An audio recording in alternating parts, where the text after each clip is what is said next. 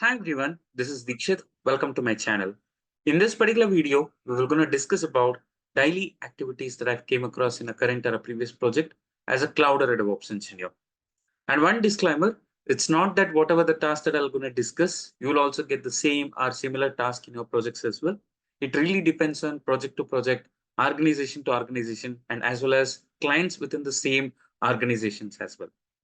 And also this video can help somebody who are searching opportunities in cloud or DevOps area. Or if you have already started a cloud or a DevOps projects, activities that I'm going to discuss will definitely help somehow in your current work as well. So now without wasting your time, let's get started. First task that I want to discuss is providing a build machine to the developer.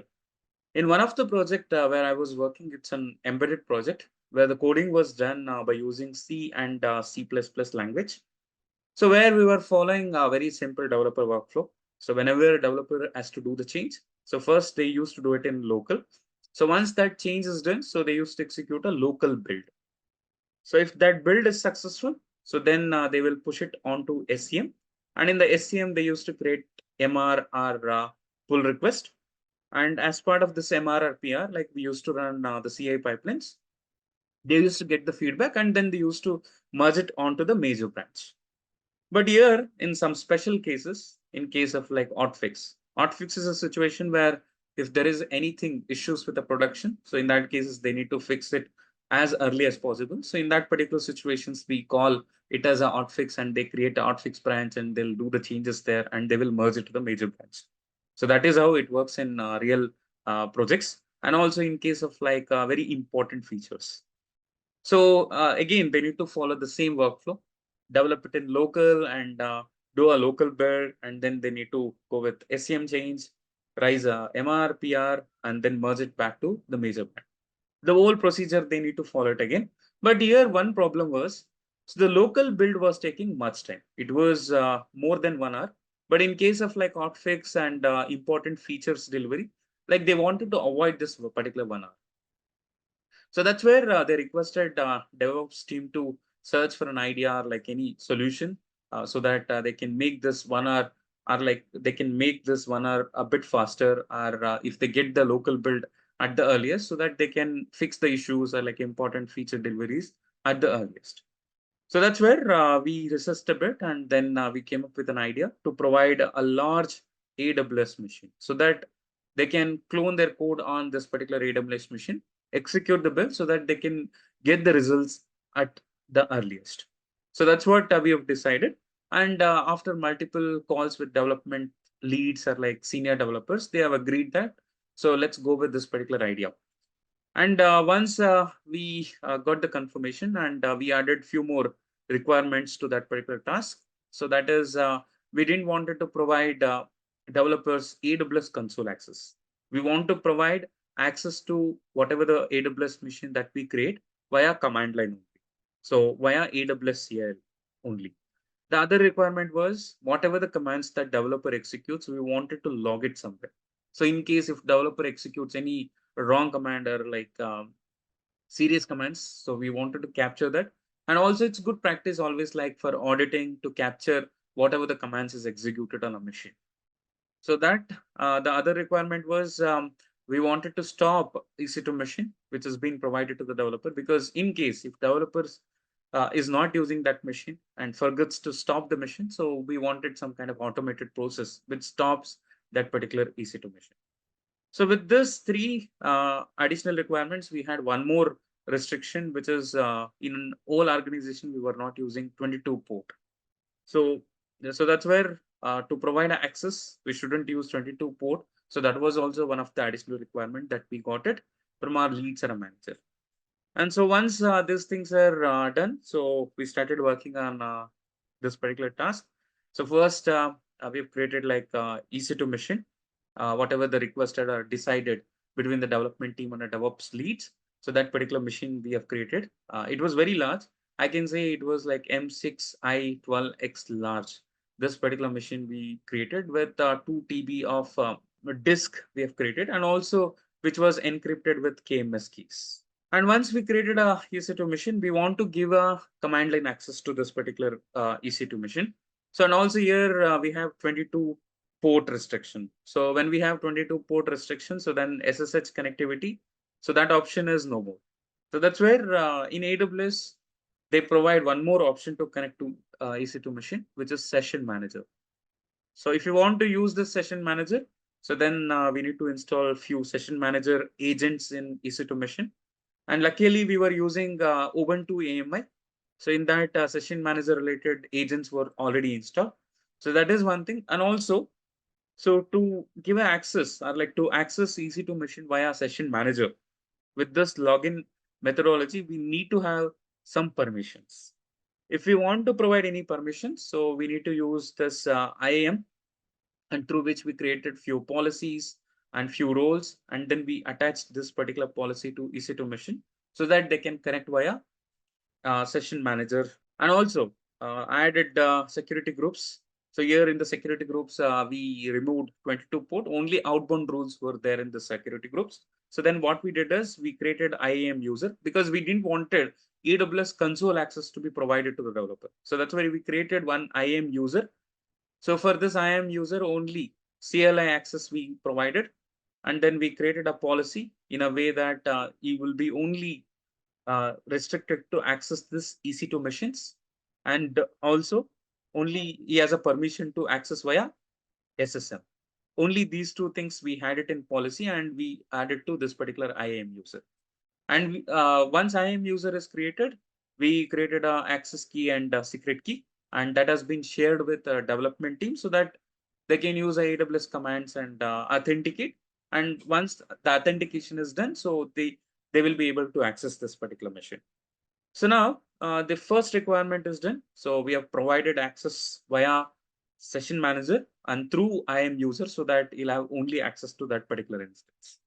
And we are not using 22 port. The second one was whatever the user executes in this particular EC2 machine. We wanted to kind of capture all those particular commands somewhere. So when we go for the session manager connection type, right? So they'll provide two types of like logging. One is we can log whatever the commands has been executed in this EC2 machine, either in S3 or in CloudWatch. So we went with CloudWatch because if you want to create some alarms or like some kind of the data we want to export out of the CloudWatch, it will be easy. So that's where we choose the CloudWatch.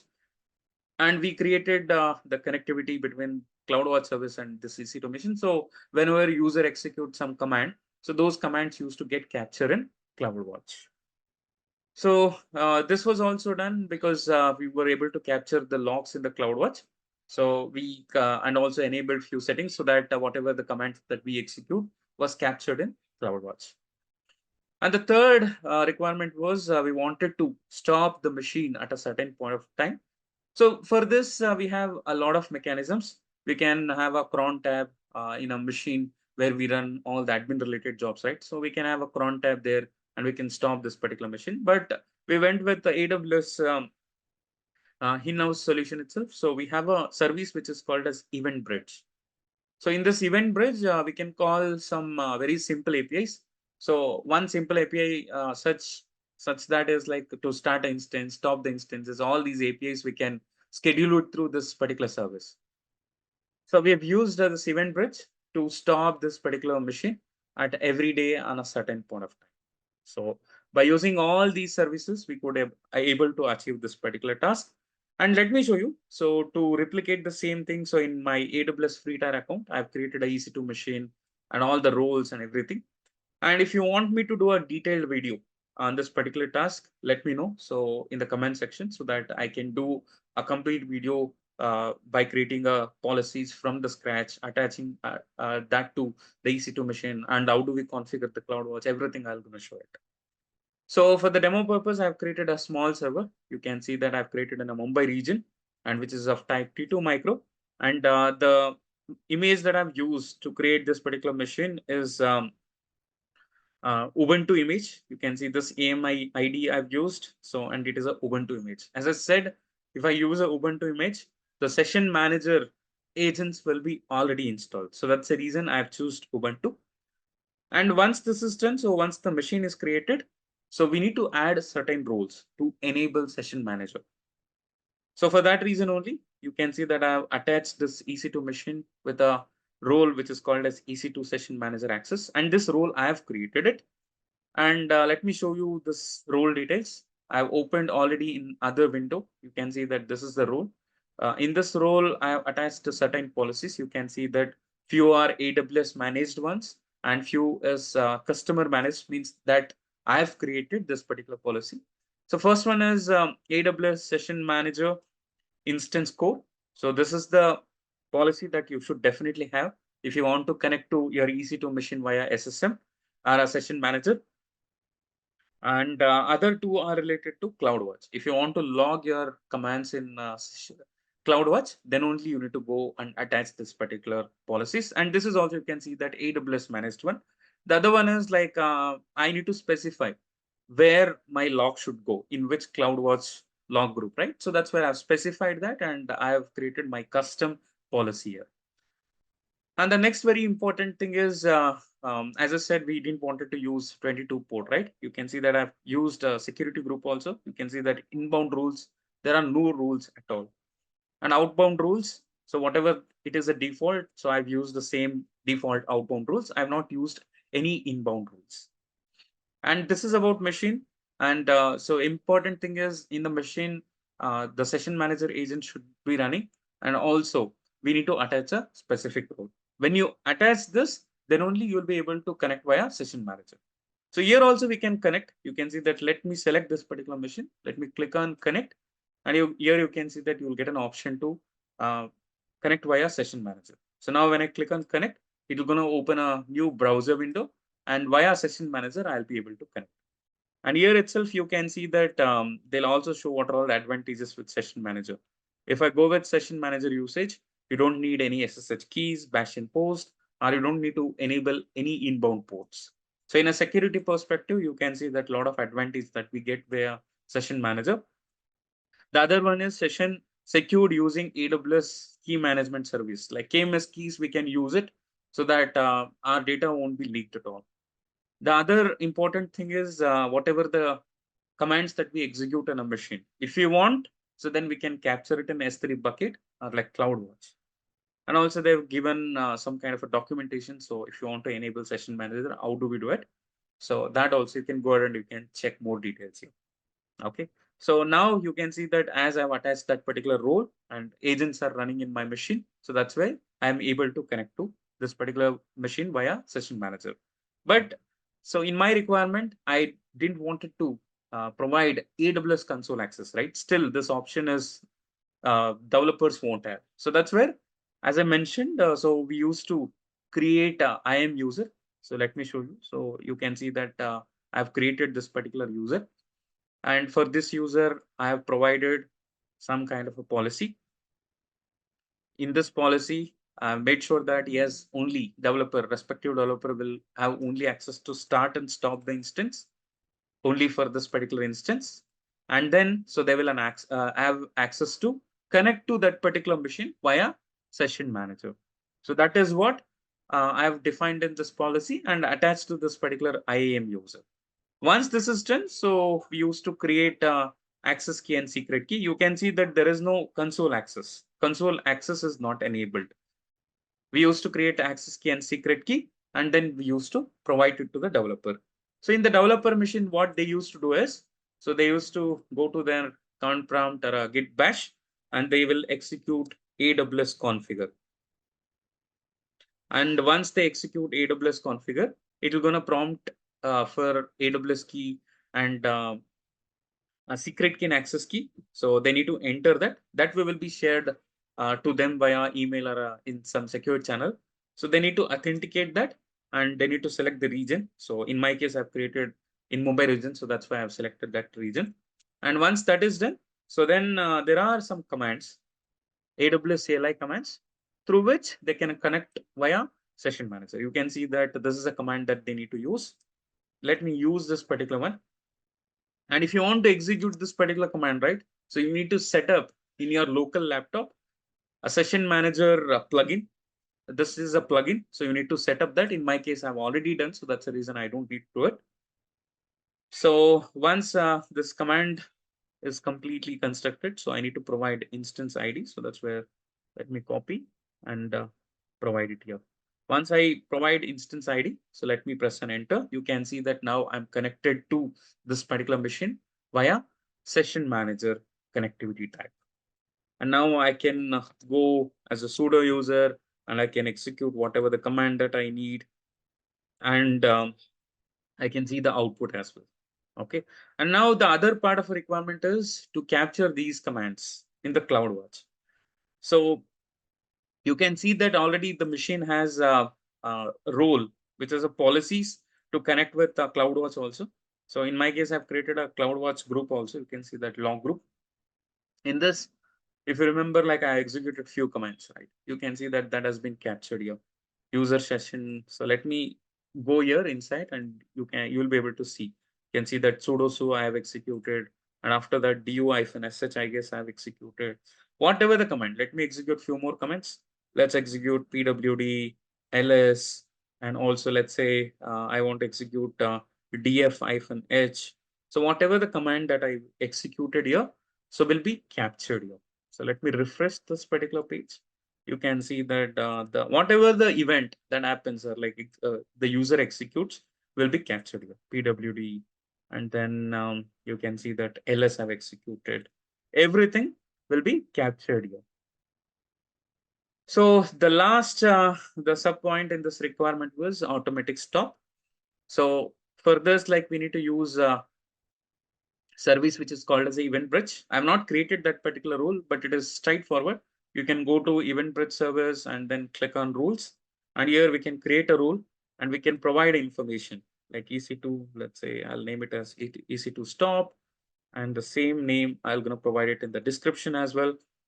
And then event bus, let me use, let's leave it as default only. And if I want to schedule, like I can choose this option. In my case, I need schedule itself because I need to run this particular rule every day. So that's the reason I'm selecting schedule. And then I can just continue with scheduler. And once it comes here, like I can say that it is a one-time schedule or recurring schedule. In my case, recurring schedule. I can give the schedule in my case, maybe just give it as star for now. And once we give that, you can see that on what day it will gonna run everything. It will gonna show here all APIs and here EC2. Under EC2, you can see that a lot of APIs are there. So I'm gonna select stop EC2 instance, and we can provide the instance ID here, and then choose next. And then so whatever the schedule time, right? This event will gonna run, or like this API will gonna run, and it will gonna stop the instance. And it is this particular API call is very cheaper, so that's the reason we went for it. So that is how we could able to achieve this particular requirement. And also in the beginning, we thought we will get very few requests. So that's why we didn't wanted to automate it by using Terraform or some kind of scripts. And once senior developers saw the advantage with this, like we got a couple of requests. So that's where what we did is we created a Terraform module, and we called that particular Terraform module using some Jenkins pipeline. So in the Jenkins pipeline, it used to ask what is a username and what size the machines should be, and also the mail ID to whom the secret key and access key should be sent. All those information used to ask in Jenkins pipeline. And once they trigger that particular pipeline, so it used to in the background create a AWS machine and required IAM roles, event bridge, CloudWatch connection, everything it used to create and provide the details in the pipeline and also send it via email as well. The next task that I would like to discuss is where I was involved in writing Terraform scripts to automate the infrastructure. So before going into the details of the task, so first let me explain the project architecture. So this team was responsible. So whatever the infrastructure automation that I've done, right? So this team was responsible for installing, configuring, and deploying the CI/CD tools like Jenkins, Gerrit, Prometheus, Grafana, InfluxDB, and also in-house developed CI/CD tools we wanted to deploy. And the architecture was we had an EKS cluster. So when I say EKS cluster, the cloud that we were using was AWS.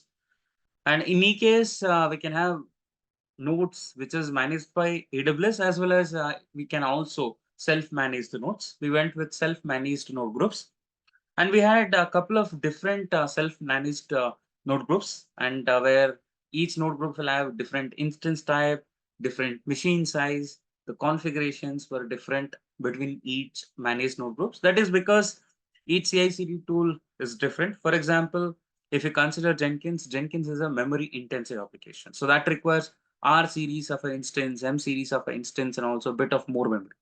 So that's why. So if we have this different self managed node groups, so then we can deploy applications depending on their requirement. And if you consider Grafana, Prometheus, InfluxDB, so these may not require memory intensive or like CPU intensive instance types. So generic instances also goes well for these particular CCD tools. So that's where we choose in their general type of instances for these applications to deploy it. It's not about only installing or deploying these particular tools. It's also about managing and configuring. So in Jenkins especially, we had a lot of teams which were using Jenkins. There were projects which had very small microservices for those things. So we had configured a Kubernetes plugin where it creates the pod and again in one more managed notebook, and then it used to run the pipeline. But few of the pipelines were very huge and they wanted big machines. That's where again we had used a plugin which is called as AWS Fleet Manager. So AWS Fleet Manager uses AMI in the AWS, and it can launch the big machine. So we can use that particular machines for the pipeline runs as well. And then, so this particular Jenkins was also configured with EFS because we had a lot of shared cache. And whenever there is a shared cache, it's better to keep it in a place where multiple instance can access. So EFS is one of the place or like a service that we wanted to use so that we can store the shared cache. And then for smaller caches, we were using S3.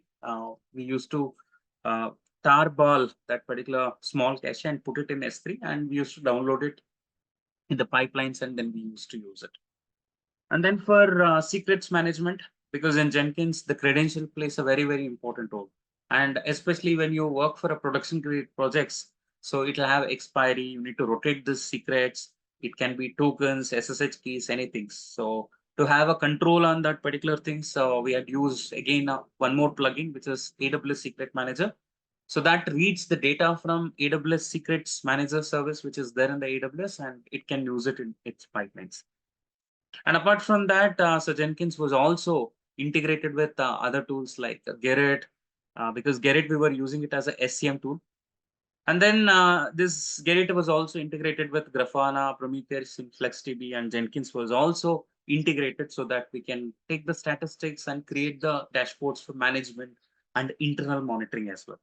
And apart from this, like we had some other in-house developed CI/CD tools like Chatbot. So those were also hosted on this particular EKS cluster. So this is about kind of architecture, and to create this, lot of other AWS services that we may need to use it, because if you want to authenticate each other, definitely we need to create IAM. And if you want to bring up these EC2 instances, we need to create a proper AMI security groups, and we need to have a network components like VPC, subnets, and internet gateway. A lot of other things was part of this particular infrastructure as well. And then coming to the task that I worked on, of course, this is a very huge project. Only one person can't work on this. So in our team, there were like 6 to 7 engineers were there. So I was also part of different activities. So few of them I've listed here. So one is writing Terraform scripts for each and every AWS service which were used in a project. In this particular team, so we were mostly using already existing AWS modules. So we were supplying whatever the proper input values which are required for the modules, and then we were creating. If there is already a proper AWS module, if it is not, then we used to create a custom module, and then we used to use it for our infrastructure automation. So that is how I was part of creating VPC, subnets, IAMs, and AMI. AMI we can't automate it through Terraform. So for that we had created Ansible playbooks, Python library, so where we can create easily AMI, install and create AMI. Um, there also I was involved, and other services like creating S3, EFS, and Secret Manager, and as well as there were like some other services that we were using, Event Bridge. So for all those things, I was involved in writing a Terraform script. And then coming to next subtask in the same team, so we're configuring the services like Jenkins, Gerrit, etc. by using Terraform. And whatever the applications that we were deploying on EKS cluster were also through Terraform. So Terraform as a provider, Helm provider. So we were using the Helm charts which were open sourced by these particular Jenkins, Gerrit, or like whatever the tool that we were using. So we were taking that Helm charts, and then through Terraform provider, we deployed it.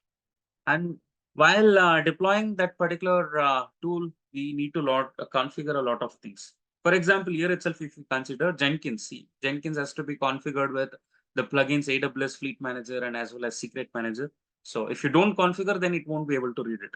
So those configurations, and as well as the authentication. When you work for an organization, right? So you can't have authentication less services. It should be authenticated properly, and then only you need to let in any person uh, to access this particular one. And if you come to get it, so here again, access management plays a very important role. To do that access management, we need to do configure a lot, because every user you can't give it as admin permission. So we had different roles. We need to configure that.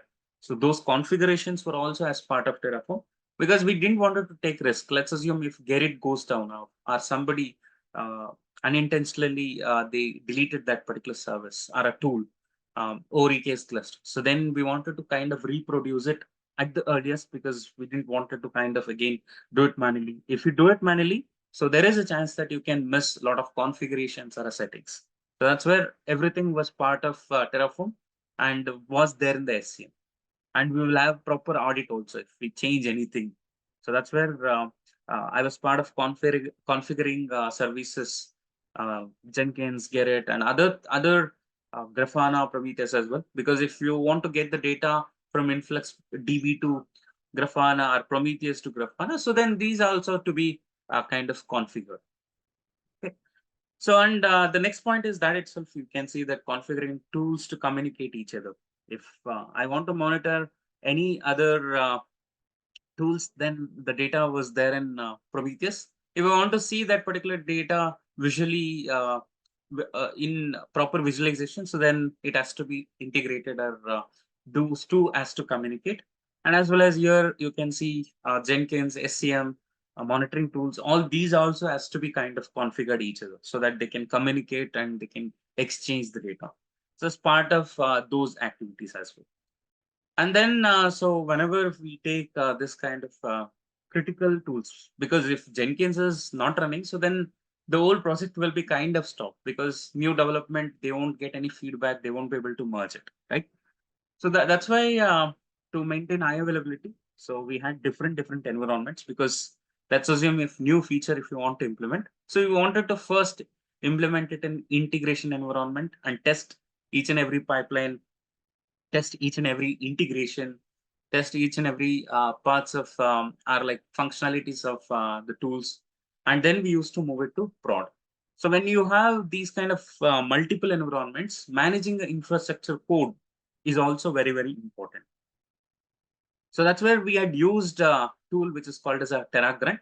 So TerraGrant is a wrapper of a Terraform. So whenever you have a multiple environments, so by using TerraGrant, we can manage it easily. So as part of that as well, so that's where I have mentioned this point, scalable across multiple environments. So we used to maintain almost very similar code. Maybe the instance type and sizes might different between int and prod, but it used to be always very similar.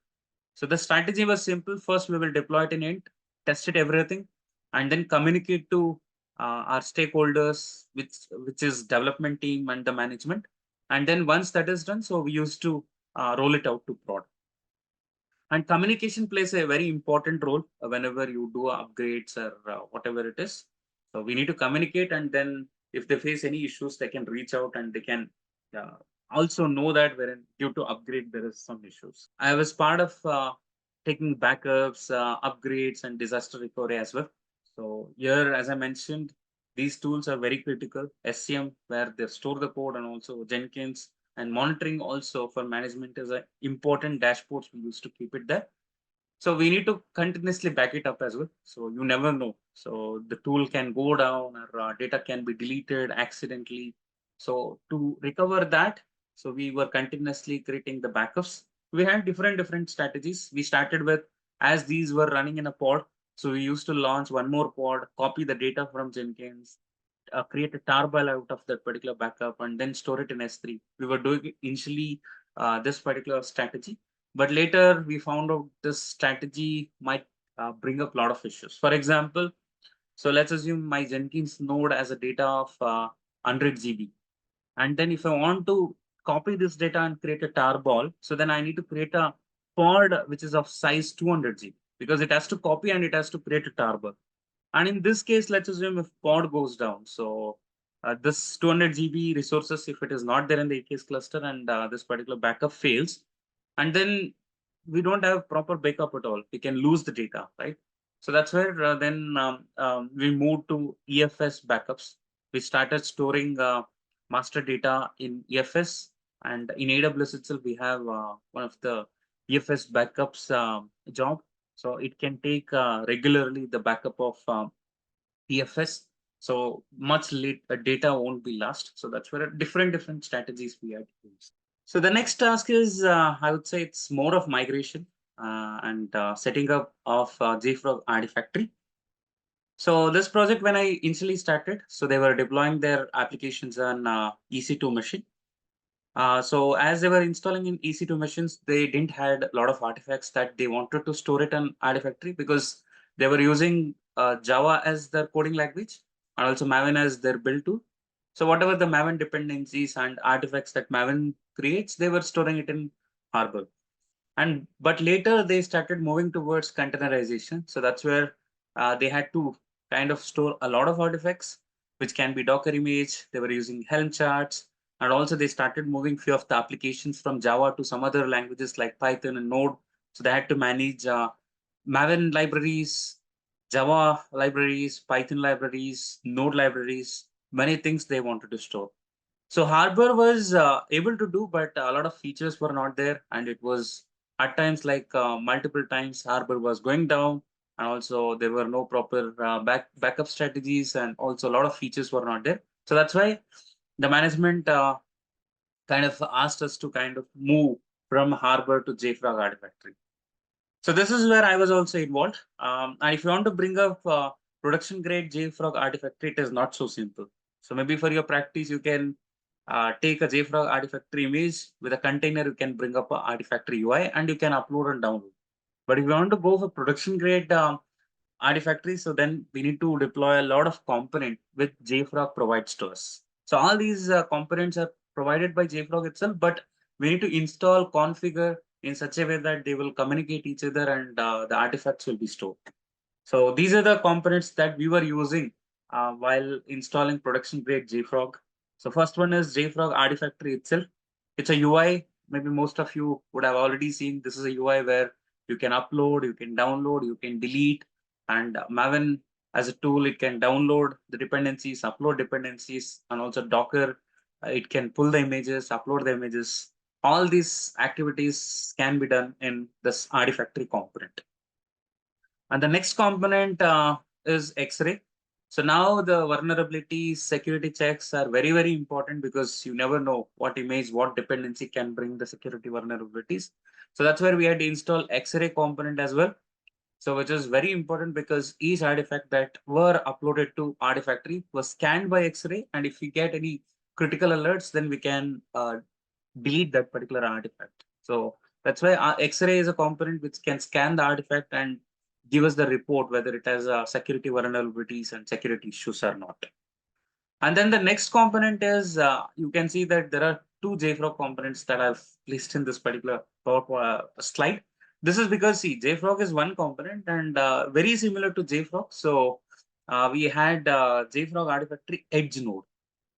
So this component plays an important role. So let me explain you the scenario where do we need this edge node. Let's say if you don't have edge node, so then what we'll have is like we were going to store everything in JFrog Artifactory itself, but the consumers for this JFrog Artifactory will be more. So let's say if you're a developer, so then you need an access to Artifactory. And if it is a pipeline, let's say you have a Jenkins pipeline or GitLab pipeline, so pipelines will also access this particular Artifactory because to download images, download artifacts, and as well as assume, as I mentioned, this project was moving towards containerization. So we were using K8s cluster. And in K8s cluster also, we had a lot of environments, int, prod, pre-prod, SIT. So different environments were there. And while we deploy the application, continuously images will be pulled in, pulled up. So everything will gonna happen from the same artifact. So, and a prod also should be connected to this artifactory and it will gonna pull. But let's say if there is a lot of load and you're trying to deploy a very critical application and it is not able to deploy it in a prod because Artifactory is responding very slowly. Right. So this is a big issue because in production environment it should be very fast and it should get the images and health checks as soon as possible. So that's where when there is load, much load on Artifactory, this kind of issues will be very, very common. So that's where we wanted to avoid this particular situation. So that's where we came up and we installed this Edge node. And whenever you purchase a license from Artifactory team, there will be a support team. So they'll also help us to architecture our Artifactory setup. They only suggested to use this particular Edge node. This Edge node acts as kind of read-only Artifactory setup. So what it does is it will gonna store only release or like main artifacts.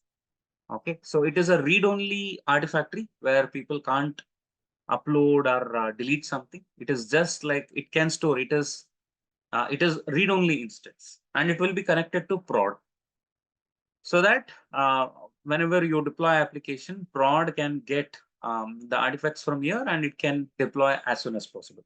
But other traffic, the developers and pipelines, everything will be redirected to here, so that it won't impact this edge node. And now you might have a question like how the artifacts, the only release artifacts will be kind of copied from Artifactory. See, first place is the image, testing image, everything will be uploaded here. Once you test it properly, using some mechanism, you will mark it as a release artifacts, and then that has to be transferred to Edge node, and then it has to be deployed into production. How this particular artifacts will be kind of transferred from Artifactory to Edge node is using this particular component distribution. So we can write some kind of configurations in distribution. So whenever it matches with that configuration, then the artifact will be transferred here.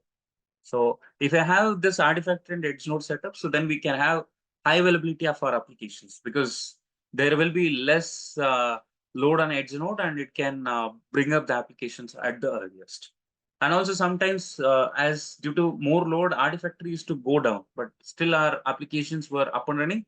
This was because the edge nodes were up and running and it could pull the images properly from this particular artifact. So that's where edge node plays a very, very important role in a production grade JFrog Artifactory setup. And then the next component was machine control. So to manage, to have a L status of all these components, we kind of were using machine control. I guess now in the newer versions of the JFrog, maybe a lot of changes might, you can see this machine control might not be there. It might be a part of Artifactory itself. A lot of changes were there, but at that particular point of time, so we were kind of installing these components to bring up our JFrog Artifactory. And now these components are fine. So how we model, like how many machines were used? Is it in the same single machine, like all these components has to be installed, how it is? So that's where we were involved. And again, it is not a small task. So that's where we had 3 to 4 people.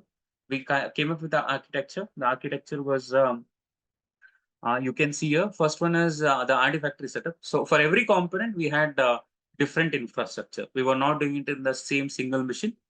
So for Artifactory, we had taken 3 machines, 3 EC2 machines. We wanted to create it in AWS, the setup first, and then they had internal cloud. So they asked us to, management asked us to create it there as well, but we were encouraged to create it in cloud. So that's where we were taking 3 EC2 instances. In each EC2 instance, we used to install Artifact. And this Artifactory component as a feature which can work as a primary and secondary. So one instance was primary, other two were secondary. And also whatever the artifacts that we upload, the information, the size information, name, when it is uploaded, all that particular information is there, right? It will store in some database. So it won't store it in JFrog itself. So if it is a very small for your practice purpose, there is an internal database where it can store. But our project was very huge. It was, I would say, more than like 300 microservices. That much huge it was. So we wanted to kind of store all the artifact information. If you want to store it, so JFrog will give you an option to use databases like Postgres, MySQL. There are many other data types that it will gonna support. So databases it supports. So in our case, like we went with MySQL. Again, MySQL cluster. We brought up a MySQL cluster where it will have one primary and two as secondaries, because the data is also very important. Primary goes down, so we used to have secondaries as backup. Here also the same strategy. If primary Artifactory goes down, so then secondary will become primary, so that no downtime will be there. So this was a setup for Artifactory, and also the actual artifact itself will be stored in some storage. It can be S3, Google buckets. Like there were multiple options. We were going with S3 service where actual artifact will be stored. So in database, the information will be stored, and the actual artifact under some storage it will gonna store. So that's where we were using S3. Coming to other components, the same setup we were using. So 3 EC2 instances. One is primary, the other two were secondary, and respectively, each component will have its own database cluster. Here also the same concept, primary, secondary, so that we can avoid a downtime. You can see that such a complex system, so many machines are involved. So if you do it manually, so then one or the other place, we can definitely make mistakes. So that's where we wanted to kind of automate these activities. For creating EC2 machines, we had used a Terraform script because it's not about only creating EC2 instances. We need to create other services like IAM service we need to use, where we need to create a role, and then we need to create network components like VPC subnet. For everything, those things we had used a Terraform. And for installing and configuring these Artifactory machine control distribution over EC2 machine, that's where we used Ansible playbooks. We had written Ansible playbooks for each components for JFrog Artifactory as well as MySQL. To bring up MySQL also, there are a lot of modules are there. So by using which we also brought up this MySQL clusters by using Ansible itself. So first we used to write a module for each component, and then we used to call those particular modules and then deploy these particular components. So I would say a lot of Ansible work that was involved to bring up this particular setup, and we also need to back it up. So for that reason, we had written some scripts as well, so that it will be continuously backed up and storing in some stable place, so that in case of some disasters or like somebody deleted it, like we can recover it back. So in a simple terms, if you want to say, so we had used Terraform to create EC2 instances and infrastructure, and also to install, configure the JFrog components. We had written a lot of Ansible playbooks. And let me know in the comment section if you want me to replicate all these projects or like the activities that I'd worked on. And then moving on to the next task, it's not about always bringing up something, installing a new thing, configuring something.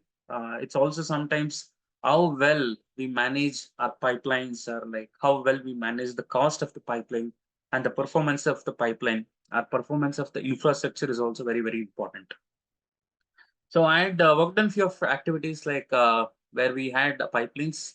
Uh, they were using very large machines, and AWS will always upgrade their instance types, and they'll come up with a new instance types.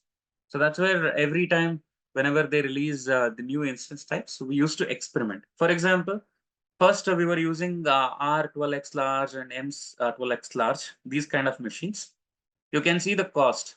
So R6i was per month, which was costing us $1,300.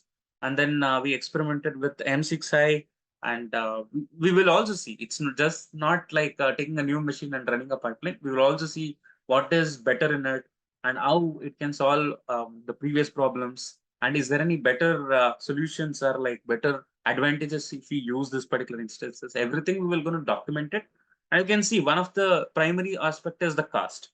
So R6i they were using, and we suggested the team to use this M6i. So wherein you can see that there is already a reduction of $300. And I'm just talking about one instance. So there were so many pipelines, hundreds of instances are being used. If you see at the bigger picture, a lot of savings will be done.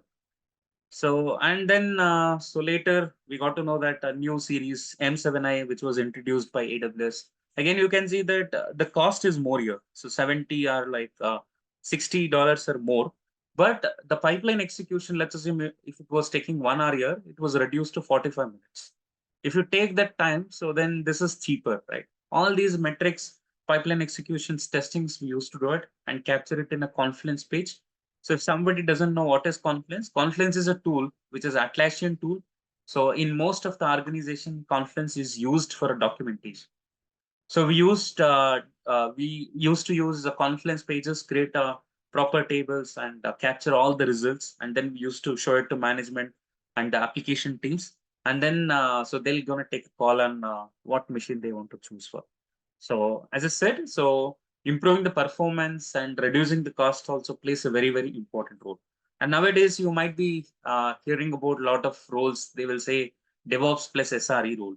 So SRE is nothing but improving the performances, reducing the cost, and you should know each and every aspect so that you can take a better decisions, better architectural improvements. So that is a work of SRE, I would say.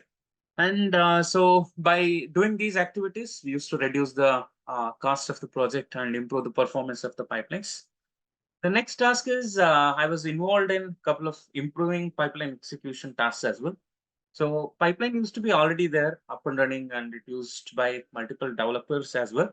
But we wanted to kind of improve the execution time so that developers will get early feedback, as well as in a way we were going to reduce the build time, and so which also reduces the cost of the project as well. Because to execute a pipeline, you'll be using certain resources. If you execute it faster, those resources will be released and can be used by other pipelines as well. So that's the reason improving pipeline execution plays an important role. And I've taken few stages here. So where I've used a few of the strategies to reduce the time. So first one is clone stage. And one certain project where the pipeline, how it was set up is like the pipeline code will be there in other repository. So they used to have a pipeline code repository there. They used to store the Jenkins pipelines. And also they had a couple of other development repositories. So what they used to do is by using this generic pipeline, so they used to first clone and then download dependencies which are required for a project. And then they used to move on with other steps like build, unit test, code coverage, and user feedback. And clone stage, if the repository is smaller, let's assume if it is 1 GB, 2 GB. So usually it should take 2 to 3 minutes to clone. But in our case, the repo size was 30 GB. And sometimes they were storing images in few of the repositories. It can go up to 50 GB as well. So whenever there was a big repositories, and the clone time used to be 10 minutes and sometimes 15 minutes also. So we wanted to kind of reduce this particular one. So that's where I came up with an idea where we can use -b, -f single branch while cloning the repository. And these were generic options which Git provides. And that could reduce maybe 1 or 2 minutes. So not much of an improvement. So that is one option that I had used. And also I connected with a dev team or a pipeline who has created a pipeline. Right? So I asked them, so do we require the whole complete commit history? And the managers and their team, they mentioned that we don't need commit history in the pipeline. So then I'd used -f in depth so that only the last commit history will be available. So which could reduce almost like 25% of the build time. So if the clone time was 10 minutes, and it could reduce it till 7 minutes or like 6 minutes. And still 6 minutes for clone stage, it was too much. So we still wanted to reduce it to maybe 3-4 minutes. So that's where I'd use a concept which is called as Git cache. So there is no Git cache as a concept in Git or GitHub or like SCM concepts. So this I've named it Git cache. So here, what I used to do is whatever the big repositories are there, right? So I created a job, a Jenkins job. What it does is nightly it will gonna clone this particular repository, and then it will gonna create a tarball as in tar file of that particular repository, and then move it to a common storage like S3. And then, so in the pipeline, I added one more stage, so which is download Git cache. So what I will do here is, depending on the repo the pipeline is triggered from, so I'm gonna download that particular tarball which is related to that particular project. And then I'm gonna unarchive that particular code into, let's assume, one of the folder, which can be data, Jenkins, and let's assume repo name. Okay. And then in the git clone stage, in the git clone command, so I added one more option with all these options, which is called as -hyphen reference. And then I provided this particular path. When I provide this particular path, what will Git will do is, first it will gonna copy the code and commit history from this local repository. Okay, and then Git will check whether I have a latest code or not. If it is not there, so then it will gonna connect with SCM and it will gonna download the changes only. It won't download the entire repo again. It will gonna only take the changes from the SCM, so it will take very less time because I'm running nightly, right? So I'll almost have a latest code itself. So that's where now the clone stage would basically reduce it to 2 to 3 minutes. And S3 download used to take 1 minute. And now you can see that from 10 minutes, we could bring it down to the 4 minutes. And then moving on to the next stage, downloading dependencies from Artifactory. So here, so with pipeline history, I could see that it was taking a lot of time to download this artifact as well from the Artifactory. This is because the pipeline will gonna run on AWS machine, and Artifactory is hosted in some other internal cloud machine or like some other cloud it was, and it was taking much time to download this particular dependency. And also this dependency was static; it was not dynamic. For every build, it won't change. It was same artifact that will be downloaded from Artifactory. So that's where it was taking much time. So here also, what I did is, rather than downloading it from Artifactory, so the same dependency file, I moved it to AWS S3.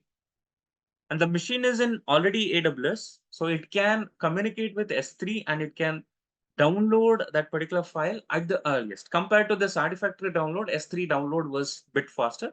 So that's where we moved that particular dependency file in AWS ecosystem so that it can download a bit faster. And also you can observe here, so clone stage and download dependency stage is there, right? So these two are independent, so not dependent stages. So we can run these two stages in parallel as well. So that, let's assume if clone stage takes 4 minutes and this takes 2 minutes, then if we run it in series, then it can totally take up to 6 minutes. As they're not dependent, those are independent, we can do it in parallel, so that, so whichever the stage maximum takes, that only within that time, both the stages will be executed. So wherever is possible, so series stages, I made sure that I made it parallel so that we can reduce the build time there as well. So this is also one of the simple strategy, but yeah, it saves the time in the pipeline.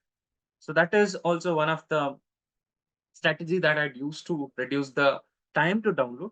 So in your case also, let's assume whichever the cloud is, if you're using Google Cloud, if you're downloading something from Artifactory, and if that particular download or a artifact, if it is static, then it is better to move within ecosystem of Google Cloud itself, so that the downloads are like whatever, it will be a bit faster. And then the next stage also, I had used a very similar strategy. So Docker images were are placed in Artifactory, and while pulling it, it used to take a lot of time. So the image I moved into AWS ECR, so it could pull the image faster and it executes the build a bit faster. And build, so we can use common strategies like using a cache, um, and then building it so that it will gonna take less time. So that is very common strategies. So that's why I'm not stressing upon that particular point. So, and then moving on to the unit test. So unit test also, we can't do anything. After build only, we need to run it. So unit test used to be executed. So unit test, so the team was running sequentially, like let's say 250 unit test cases are there. They were running it one after the other. So I had researched a bit and I could see that we can run unit test cases parallelly.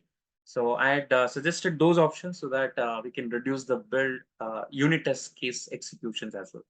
And also in those pipelines, they used to have integration test cases, some other basic acceptance testings, many test stages were there. So I'm not shown in this particular PowerPoint, but yeah. So if any stages which are not dependent on each other, then we can run it parallelly. So there we used to run all the test executions parallelly so that we can save the time. And then the code coverage. So this was also very, very important stage because whatever the unit test executions has happened, right? How much part of a code this test cases has been executed. So that's what code coverage tells us. And this is a very small stage. So that's where. So all these things we used to run it parallelly.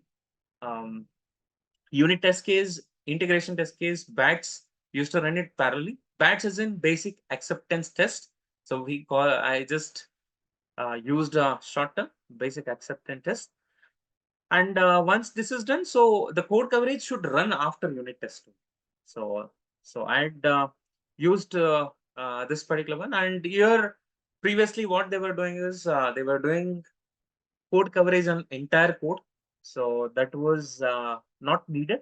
So that's where I suggested them to execute code coverage on only changed files so that this can execute a bit faster.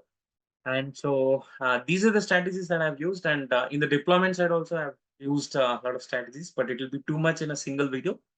So yeah, so that's all. These are the tasks that I wanted to discuss in this particular video.